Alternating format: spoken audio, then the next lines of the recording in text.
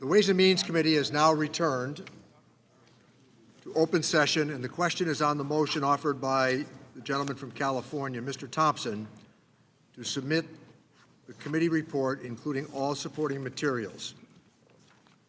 The clerk will call the roll. Mr. Doggett. Aye. Mr. Doggett votes aye. Mr. Thompson. Aye. Mr. Thompson votes aye. Mr. Larson. Yes. Mr. Larson votes yes. Mr. Blumenauer. Mr. Blumenauer votes aye. Mr. Kind. Mr. Pasquarel. Yes. Mr. Pasquarel votes yes. Mr. Davis. Aye. Mr. Davis votes aye. Ms. Sanchez. Aye. Ms. Sanchez votes aye. Mr. Higgins. Mr. Brady. No. Mr. Brady votes no. Mr. Buchanan. No. Mr. Buchanan votes no. Mr. Smith of Nebraska. No. Mr. Smith of Nebraska votes no. Mr. Kelly. No. Mr. Kelly votes no. Mr. Smith of Missouri. N-O, no. Mr. Smith votes no. Mr. Rice. Mr. Chairman? Aye. Mr. Chairman votes aye. The clerk will report the tally. Mr. Chairman, on this vote, I have 24 yeas, 16 noes. There being 24 ayes and 16 noes, the motion to submit the committee report to the House is agreed to, and the documents are ordered reported to the House. Pursuant to Clause 2L of Rule 11, without objection, members will have 2 additional days to file with the committee clerk supplemental, dissenting, or minority views.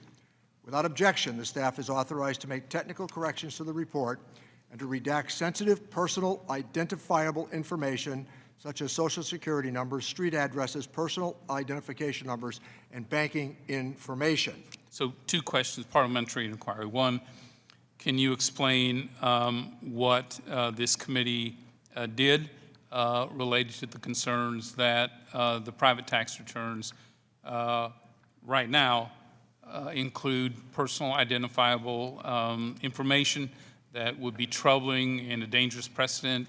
And our concern is that the committee is not voting on the full documents that will be released to the public. We think that's a significant mistake. I think that we can assure all that every deliberative effort will be made to make sure that in these instances, all of the questions that you raised will be accommodated, as we outlined earlier, and the staff on both sides, I hope, can find an agreement, or the majority staff will prevail.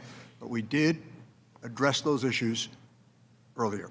In our strong view, this committee should always be voting and knowing exactly what we are releasing, certainly in text and to the public. In the second point, maybe a more practical one, can you please advise us now on what, now that these documents will be made public, what members of Congress may say when this business meeting concludes? Well, I would advise that the speech and debate clause be acknowledged.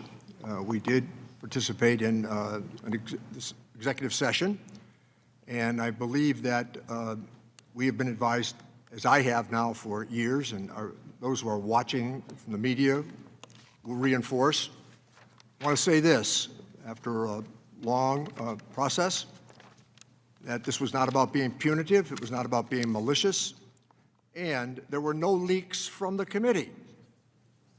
We adhered carefully to the law, and my advice to all members of the committee is to acknowledge the realities of the speech and debate clause and be very careful about word selection. With that, there being no further business, the committee stands adjourned. Thanks, Kevin. I understand. I know.